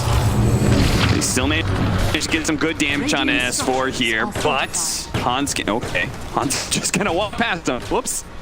They're trying to secure the range creep deny and the bounties. And up on V2, they don't right now. Always want to fly still does. Very awkward. Yeah, they can't contest it. They're going to have to go for the kill here. They're bottling up Hanskin too, but can't quite. Cooldown not available yet. This is not going so hot. They just gave up both the bounty runes without being able to get a kill. A little awkward. It feels like this is kind of been some of the story I've seen from Alliance's S4 and Hanskin's lane very often suffers. What do you think that is? I mean, this one, it's a hard... Iceberg? Is he going to die? Does Limp have enough to be able to catch him one more time? The Cold Snap doing so much work there. General TPs? What? Yeah. Okay. I mean, he's probably like, okay, I'm taking your lane.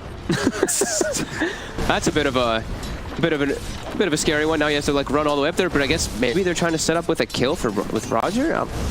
It's a hard kill to get with level 2 Firestorm. They're gonna try. Roger's gonna come in, tosses back over to Iceberg onto the other side of the cliff, but Limp, he just kind of cruises on past. The most damage he took, and that was himself from the Soul Ring. Yeah. All right. Well, that was a bit of an interesting one there. As for the, the S4 plus Hanskin, I feel like they sometimes just play these heroes that just aren't the strongest. It's off-lane kind of thing, right? They don't play these super strong ones a lot of the time. I've been seeing a lot of times they do the Darks here, but they're not into like this crazy kill lane that they can't actually show those threats. Well, they're going to be able to catch Limp. He got too close to the tower, thinking that his supports were going to be able to gank Iceberg. Instead, it's the other way around. Nico Baby even showing up. This is something that, what Alliance or was it Ninjas of Pajamas? The very early safe lane hero rotation into the mid lane. Very bizarre rotation. Yeah. He's still level 5. Like, what? I mean, okay. He gives the lane up to the Underlord a little bit top there. I guess he just really wanted to try to help around that DK ult timing, but it's just weird TPs for both sides a little bit here. General as well as Nico Baby. It'll all fix itself in a moment here. Doubt. General. He's got the level 6 now. Not a whole lot they can do to him. FNG, on the other hand, maybe they can kill him to defend himself nicely there. Healing Ward plus Oracle is always going to be a factor in this game. Even though there's those like high damage. Oh, they actually have the mana. Flash. They've got the level 6. They've got the mana. Now they just need a little bit more damage, and FNG puts it out with the Purifying Flames. Okay. Yes, Healing Ward is probably going to be a very annoying thing. They don't have incredible heroes to actually take it out. Someone has to commit to actually hit that a lot of the times. It's going to be a factor with Oracle and DK. Super high tanky hero. And Limp really got slowed down because of that, though. That death really hurt. And they're even setting up on him again. This high-level Grimstroke, level 5 already. They're actually going to go for it. And they get the catch. They do not. Limp, I believe, also knew that there were some heroes in there because they had that scan. They did an aggressive scan to the side of the tower, so it's interesting that Limp chose to go for that anyway. And he was right. He read it correctly. You don't really have the best gap closers when he's in dragon form. You can just kind of cruise on by. Mask of Madness already up for the Sven, who is top net worth. Yeah, he's gonna free farm. Jug is still matching, but Jug is not gonna be able to match now. Sven is going to pull way further ahead because he does not have any. He has no steroid on this Jug. He has a Darkseer Ion Shell for killing, but not to increase his farming. FNG will get spotted out attempting to go for a ward here. These three, this is a great kill trio, though. They can pretty much kill anybody. Just have to worry about that jug spin in particular, but they will eventually have Phantom at some point. But yeah, they're looking to invade. They're gonna find S4. He's like, I died there last game. Not again. Yeah. Same exact camp, same exact one. Same exact timing, I think, as well. Iceberg instead. It's the bottom lane where it looks like they're gonna try and pick up the clockwork kill here. Ooh, okay, it's level 6. Steals the creep. He's gonna be spotted though. Looks like they missed the tornado. So they missed that combination. Always want to fly. Very did. Throws out some damage before he goes. Punished for his greed. They're trying to steal the money from the Ion Shell and creep. They're going for Hanskin earlier. Missed the kill, but a second attempt does net them a win here. Pull back. Try to keep him underneath the tier 1 tower so they can have the vision to stun him. But sadly, they do not catch him. Iceberg's aggression is once again rewarded. 5-3 now. 10-minute bounty runes coming up. Roger held in place. Is he gonna get the rune though? He's gonna try. Pick it up. Pick it up. Oh. That was, you know, we usually say ambitious plays, you know. That was an extremely ambitious one. He just saw 3 heroes right down the bottom, right? Yeah. He just really wanted to go for the bounties, playing the gold game. All things considered, I think Flight of Moon's pretty happy. Like, their Underlord, he didn't die. Only died the one-time top from the use of the Omni Slash and quite a bit of farm. I'd be pretty happy if I was in his position here. Yeah, I think so too. He has just had such natural good matchups this game versus these heroes. And, you know, for people who don't know, Underlord has been changed quite a bit here. His pit is actually crazy how much better it's gotten. So I actually like when people put value points in pit now. Maybe not because of the matchup he was against. He skipped it, right? Sure. Versus Jug and Oracle doesn't really do anything, but that pit really does start to get very powerful. Yeah. Even the level 1 is now like 1.2 seconds rather than the 0.9 it was before. It's just gotten buffed a lot of times. Yeah. I think this is, if your lane doesn't warrant it, I think this is about the time you're going to consider it. Roger, he's looking for the toss away on Hanskin right now, but he doesn't see anybody close enough. Finally, S4 shows up, but he's given a surge. Avalanche trying to cover his tracks as Roger looks to be able to escape with a hook shot. Lands its mark. The Ion Shell should burn him out here as Roger will not escape back to that tier 1 tower. And the aggression into pushes begins. This is a key component of Alliance's lineup, right? Is they have to be ahead of Flight of Moon in the pace of this game. Yeah, they have to be playing around those towers. I mean, it's Dragon Knight, Juggernaut, Dark. Like this trio has been a trio that has been played a lot in the past. Just getting those early timings, getting yourself a little bit of a lead, and then just rolling with that lead. You don't want to be playing at a disadvantage versus Sven. They both have for the Mask of Madness build, though. Pretty interesting to see. And Nico maybe just going for the single target build. Desolator. So not trying to keep up in a Battle Fury build or try and stat it up. Instead, just the raw damage. Interesting, too, like raw damage versus Underlord. So then he bypasses Atrophy, or he doesn't have any actual base stats, just straight damage. Pretty cool. Yeah. Gets counteracted quite a bit by Warcry in a lot of situations, but it's definitely a way that he's trying to avoid having to worry about Underlord.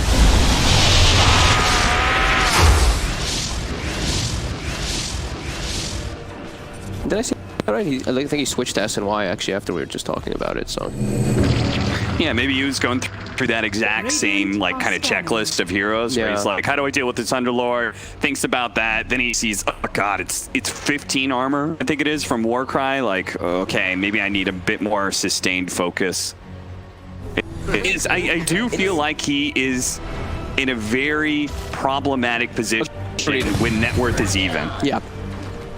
It's just a tough one because, like, how do you want to build your damage in this game versus Sven and Underlord? Like, you're going to be reduced heavily. You don't have great targets to stick on either. Like, Invoker is going to be able to ghost walk a lot of the time. So I think he's probably just like, geez, what's the best item build? SNY kind of fits a lot of different variables. Yeah. So far, General has not committed his gold here. He's actually just sitting on the plain Bassi. Maybe contemplating the Veil for his team. Lim gonna be caught. Pit Malice first. Runs in with the Ink Swell. Gonna be a lot of chain stunning, but Alliance still has a chance here to be able to counter rotate. Oh no, the Soul Light. It catches the 2 of them. They're gonna go for the Dark Rift out. They do have it on the slash. And Sticks on always want to fly. It brings him down. Iceberg though will survive. what a quick response come out. They didn't have the tiny. Roger actually chilling in bottom, getting his farm on. He's trying to get his blink dagger timing because this game he's not having a successful one. The other ones he had the blink already done. I think if they had him up there, that's actually a kill before they're able to counter initiate on the side of Alliance. But he's strong on the map, so they know they can just turn it there. I do like the way though Fly to Moon set that up when you said like they've got excellent kill combos, and if they bring the Underlord with them, they can always force that kind of response and then just get a free get out. I mean, who cares if they're always one of Fly dies, you know? Yeah, that's definitely fair. Sven's just able to farm during the majority of the time. Yeah, he was hitting on mid tower a little bit. Speaking of, Always wanna die he will. 7th kill of the game for Alliance as they start taking over the ancient area. And I love that they do that, right? That's, I think, like the best move that they can make out of this top situation. They can't take the tower. We get a kill, but what's their best move next? Steal Ancients from Sven. So definitely like that they put some wards around there and emphasized on the left side of the map versus this Sven. It's the Underlord trying to do everything he can to stop this Dragon Knight from bringing down this tower. It eventually will get low enough, though, that they'll have to make that tough decision of, do we want to keep it alive? It's only got 2 more hits, or maybe we deny it. Yasha done for Nico, baby. If you were Huntskin right now, what would you be talking about for Alliance? What do you think needs to get done? Because I feel like Fly to Moon, it's a little bit more natural, right? We just kind of like defend our towers, keep playing for the farm on Sven. I think they can still look for fights, and I think these last wards that they did were so big. Like getting the wards, getting the vision around that triangle, I think that's one of the biggest elements they have. I think just keeping aggressive. They just themselves like a pretty similar draft than they did in the last one, sure. Maybe a little bit more cooldown reliant because it's, you know, DK form compared to Void Spirit, and Jog, you know, Omni Slash compared to like a Weaver, but they can still look to play very active with their team. So I think keep playing invasive. Sven doesn't really want to turn up for quite a long time still. They have a very strong 5-man. DK, Darkseer, Jug.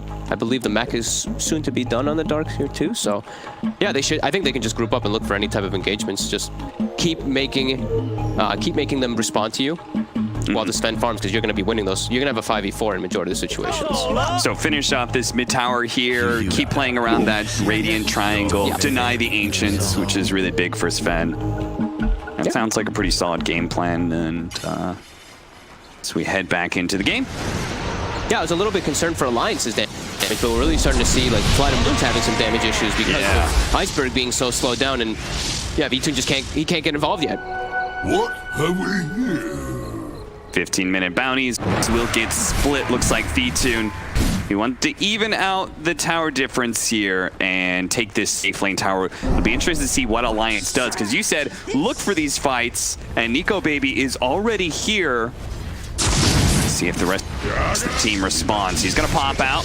He's gonna get out of this. I think this tower is, when V2 shows up, that's when it's like, all right, we're not actually fighting a 4v5 now. This tower is unsavable. Sure. Don't risk that one when you don't have everyone set up.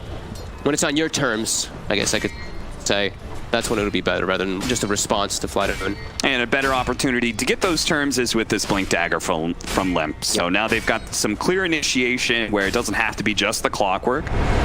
Yep, and on the side of Fly, they don't have their clear initiation yet. Maybe that's the blue flying out on the Tiny, I think, though. Yeah, it should be about that timing for him, right? Still short. Still 200 short. He's still suffering a bit here. Is stacking some camps, but like we said, there's vision coverage from Alliance. Now they've got their bolts back online. Look at them clumping up toward mid. Get that mid tower. Even have Huntskin in a really good spot here. They see the Underlord is a little bit out of position. If they're going to 5-man anyway into this tower, might as well make the fast move. Catch somebody right way, take the tower, and push in. Look for more. Limp blinks forward. Trying to catch Always Want to Fly. Didn't have the Dragon Tail, though. Immediately into the triangle, too, because of that ward that they placed earlier. They see poor Roger. And it is poor Roger. He's got the vision on him. Limp nicely done dodging that avalanche, and will, okay, doesn't quite get the Dragon Tail just yet, but Roger honestly has nowhere to really run. Nico baby could kill him at any point, but he doesn't want to blow the Omni Slash. It's not necessary. He's saving that for the Sven. Well, for one of those big cores in particular. They're making all the right moves. Dude, can we see those 2 wards again? And then the sentry that's right in the middle, there on the triangle, it's missing 2 wards. Yeah, it's pretty much perfectly placed. They did get the 1D ward on the southern side of the triangle, but yeah, I mean, that was such perfect movements there. Probably Effin, right? The one who's calling for that, making that invasive play, getting those wards down versus Sven. Yeah, and they're Not the usual ones. Yeah, I have to imagine those wards are specifically placed because you so often place the sentry right there in the middle to cover like both of the tops of the ramps, basically. Yeah, this one is kind of a usual because it blocks the camp as well, and it's a very easy one to get in there with at like very little risk. But yeah, they're having a tough time actually dealing with that, and tough time dealing with the aggression that's coming from Alliance. Radiant are scanning. And like, Iceberg is just nowhere to be found. He's having a really tough game. Yeah. He's got this 4-staff. He's 3-0-0, but you're not feeling that impact of him because he doesn't provide too much versus this DK who has Soul Ring. He doesn't care about EMP. Jug just spins it off, and the rest of them are kind of off the map for the majority. They come in afterwards. This time they're trying, though. S4 is showing his face. With the swell initiation from Roger, but a nice save from FNG. Forgave all of that magic damage that just came in with the Fate's Edict. Beautiful. And saves the ult. That's when you know, comfortable Oracle player. He didn't panic ult. He knows this is all just straight up magic damage. I can prevent it easy with just a quick W. Nice Fate's Edict. And now, boom. Time to go. They see where Fly to move in his position. They're looking to fight. They have their blink. V2 might want to get... V2's in the area, though. He might want to get involved, and he's pretty strong still. Did he just pick up I think it was a BKB, right? Yep. Yeah. Nico Baby coming forward. They're going to try and blow up the Underlord as quick as possible, separating him from the rest of the team. But here comes V2. He's already penetrating FNG. No FNG here. Now getting good cleave hits on the Darkseer as well as Liv turns back to Nico Baby instead. Nico Baby being slowed down by this damage of the cold snap, the constant stun while he's Mask of Madness. Plays to his doom, and a really big win for Fly to Moon because that win turns into a tier 1 mid. Yep. That's huge. V2 turns up at the perfect timing as his BKB comes. Alliance overextends. They got the tower already. That was just a dive forward to try to get extra kills, and they get punished for it heavily. When V2 finally does show up, they have the numbers. Oh, geez, Alliance, though, they're not slowing down. They actually come right back and try and fight Fly to Moon, take away General before he can get the Dark Rift out. They surge up. And you know what? Always Want to Fly is here. Blink is ready. An overextension from Alliance gets followed by an overextension from Fly to Moon. Both tier 1 towers had died, and then they just go for the extra rather than just being satisfied with what they've achieved and what they've gained. A little bit of mistakes that are coming out from both sides. Yeah, I always find that funny, like the in front of the tier 2 mid is just such a like for whatever reason you do always seem to find yourself there, you know, pushing in, but it is a kind of a no man's land. There's nothing really to be obtained there. You're surrounded by jungle and high ground areas and a tier 2 with its aura. It's like just a terrible area to fight. You just had used everything, like especially for them. They just used God Strength. They just pushed forward. They just like everything was already utilized. So yeah, they get punished for their overaggression, the same as Alliance did before. But now Alliance, they get a little bit of breathing room. They get to back up farm for a second, and then DK form is going to be back up because they did, you know, die initially earlier with it. Yeah. So now it's probably going to be back the other way shortly when Alliance does want to make their move. But it's very scary though. V2, he's showing now, hey, you're no longer playing this 4v5 game. I'm going to be showing up to all these fights. That's why I went for this BKB. I went for the earlier type of timing build rather than prolonging it, going for SNY, something like that. He could see that Alliance was starting to really dictate the pace, and he wanted to join. And one of the biggest issues of that last team fight for Alliance was the fact that they got caught by Soulbind plus Pit, and the Sven was able to swing on them. They're going to have to use that mobility, right? While he still doesn't have Aghanim Scepter, that's the one advantage Alliance has. Yeah, I mean, Aghanim and even the levels, right? Once you start getting levels on this Sven versus Darkseer versus Oracle, you get this Dispel, starts being a big problem to actually protect yourself. And we saw FNG. He has Aether Lens, which is an amazing farm. We never see FNG with items, so this is already like, wow. But he was very far deep forward that time. He got caught by the Sven stun. Yo, love the shovel when you're an Oracle. It's the best item on Oracle. Yeah. He makes such good use of the healing salves that are dropped. Yep. He's like the only hero that actually I feel like everybody else is like, God, whatever, I'll just tank Deep Wave and just use this whatever. Like, here we go. On the aggression again, V-Tune. He's feeling strong, level 16. They're gonna run right into S4. Catch the mid-surge. What a jump in from Holliskin at the back and back into the cog stun. Does a good amount. but V2, he already got off the God Strength BKB, and he's laying in the work onto the Dragon Knight. He quickly gives up, though, seeing that false promise. Roger looks like he's going to be the victim here. A beautiful counter initiation from Alliance, but it only results in 2 support kills unless they catch Iceberg. That would be really big. He's so close to being able to get at the Dragon Tail. They're going to give him the vision inside of the trees. Great rocket flare from Hanskin, and that should be the death of Iceberg. He's still got a tornado, but I just can't see him getting out of here as Hanskin's on the other side of things. Oh, picture perfect. How beautiful by Hanskin. Did he have the Radiant's top I tower didn't see it first. Did he have FNG's fortunes end on him with charge? I saw the ink swap pop when he charged. So did he dispel it or something? Either way, beautiful initiation or counter initiation by him and S4. That was sick. They just that was looking really disastrous, but then V-Tunes just kited and split up in the fight. They don't have General.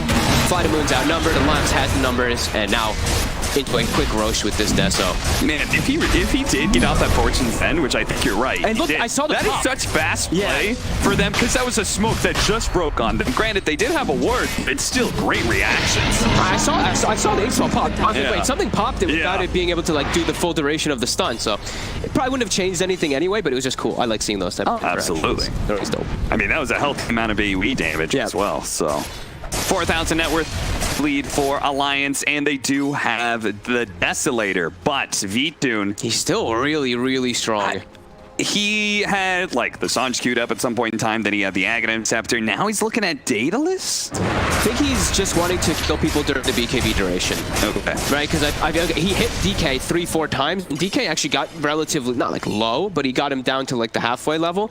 But now there's a helper coming out, so he might be switching up his items quite a bit here. But so I can understand why he would want to go. It's like 2 different sides of the same coin, right? He's got this problem, which is they're super mobile, and it's going to be hard for me to hit them. Instead of trying to counter the mobility with mobility himself and the Aghanim Scepter, instead he just says, I'm only going to get a few swings in, but goddamn, those swings are going to hurt. To count, yeah. And he has the thing is, he has Quas Wex Invoker too. So high levels of Wex, he gets an Alacrity thrown on him. If he's just doing that crazy high amount of damage, could work. And he does have Grimstroke. You know, he does have at least some tool to boost him up.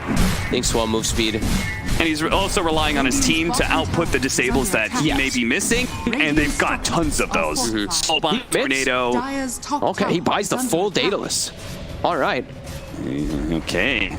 Well, that could either be a brilliant choice or a total disaster, all depending on this high ground push from Alliance. I'm not sure if they're really going to commit too much, but they may get caught in the process. They might be sneaky here. Look at Flight of Moon. They're coming in so fast. The Dark Rift is going to be able to catch them with a Pit of Malice. Stun already going out. Soulbind onto the 2. Look at this Svendo. He's going to wait until the Heaven's Halberd wears out, and then he just hits whatever he can. Oh, the Desolator. Oh, no.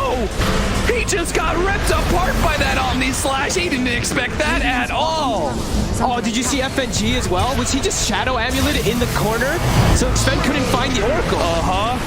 Oh my, he just died immediately. The Deso pays off. And the Daedalus does not pay off. Sven does not have a buyback. Fortunately, the rest of Flight of Moon does, and Alliance will probably be forced to slow down on their push here. No Dragon form, and the Underlord is up, so I can't really see them doing a whole lot here. Did he pop Mask too? So did he have even more minus on? Yeah, I think he did. So he just got wailed on. Oh, look, man, Alliance.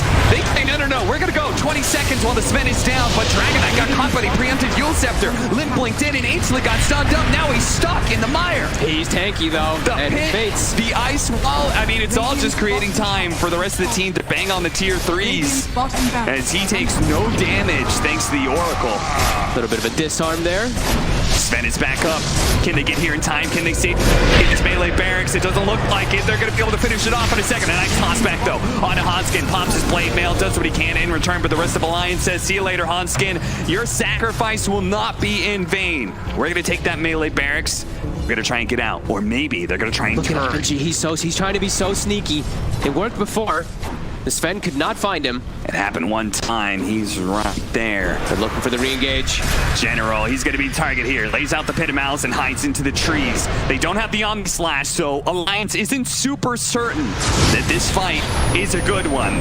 Finally, they see the Oracle here, taking him out. And I think with the Oracle gone, Alliance is saying, okay, now it's time to go. Enough funny business at FNG. They spotted him this time. They were ready with sentries. That was sick though. Him hiding in the shadow amulet. It's been, dude, I just watched V2 being like, where is he? Like, Yeah. like he's just looking around like, oh, He's like, I don't want to go on those 2 cores. They're too damn tanky. I gotta find that backline heroes, but old Oracle, FNG, he had a trick up his sleeve. Very nice plays there from Alliance. And responds to a sneaky smoke too from Fly to Moon. I thought that could actually have some success if they got the initiation a little better, but quick reactions from Alliance. As it's been kind of the story of the whole game. Quick reactions from them, right? Like the way they've been counter-ganking and the way they've been moving around the map, just quick. And that's, you know, we did mention how in the first game, they suffered a little bit because of these long cooldowns and all that. Yeah, they're really playing to their strength at the best here with the speed. Level 20 now for the Sven. I believe we also have BKB up for the Invokers. So these are really big upgrades. A lot more stunts are going to be going out. And see him. V2 continuing to double down. Bought the Daedalus, now going to go for an AC, seeing that damage from the Desolator. Yeah, I didn't get to see what order he clicked everything in the bottom, because I saw him God Strength and then I saw him Mask. I don't know if he Warcried first. Yeah, I think he did Warcry. Yeah, it looked like he didn't, because he died so damn.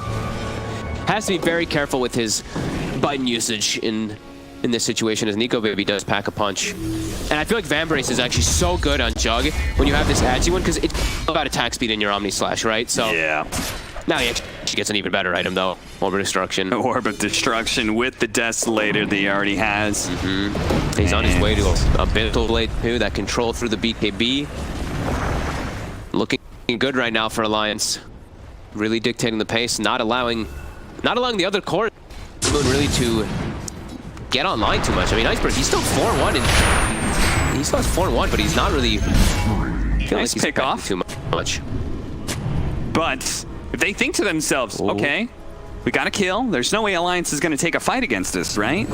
They'd be dead wrong. There's only 3 up here from Fly to Moon, and thankfully for them, they're going to play a bit skittish, just off the line of where Alliance is currently prowled up. Going to back up to their 5-man position. Wow. I thought Alliance was considering that engagement there too, because they saw the Grimstroke nuke, but just really playing it calm here. They know they got this lead. They don't want to be the ones forcing an issue 4v5. Man, they're going to give FNG the mobility item. Oh. And the spider legs. Because he can he can sneak. I mean, he was already sneaking with just a shadow amp, and now he's got the glimmer and the spider legs. What's our clock have? Oof. Just because that's a classic clock item. He's going to carry the telescope. Okay. It's very sacrificial from Hanskin. Yeah, very opposite, as you'd imagine them to be holding the opposing items. But they're going to be, their lineup is about that group. So he should be in range of the Oracle for the majority. Absolutely. Successful scan there from Fly to Moon on the Shrine. Bounties though. He's going to get greedy for it. They try and go for it. Always want to fly. He just gave up his life. Oh, the tornado. They stopped the hook shot that was on Roger. That would have been 2 kills.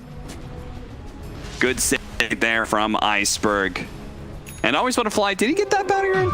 Was it I feel like he did. He absolutely did. Right? Yeah. They were waiting. They were baiting somebody to get it. Yeah. They still have DK form active. Limp still wants to try to find another grab here. Got an Invis rune too. Dude, Aether Lens, Telescope, and now the level 15 talent for Oracle. He's going to be chucking out all those saves from quite the distance back. Yeah, I actually don't know how they find him in the back lines. It's going to be extremely difficult. It's going to be on Roger to try to find that, but at the same time too, they want to focus the targets that get hit by the Soulbind, but someone has to address FNG. So hopefully that Tiny, Roger's carrying a Dust in particular, to be able to chase out into that backline. But yeah, we're seeing this win. 93% Alliance have firm control.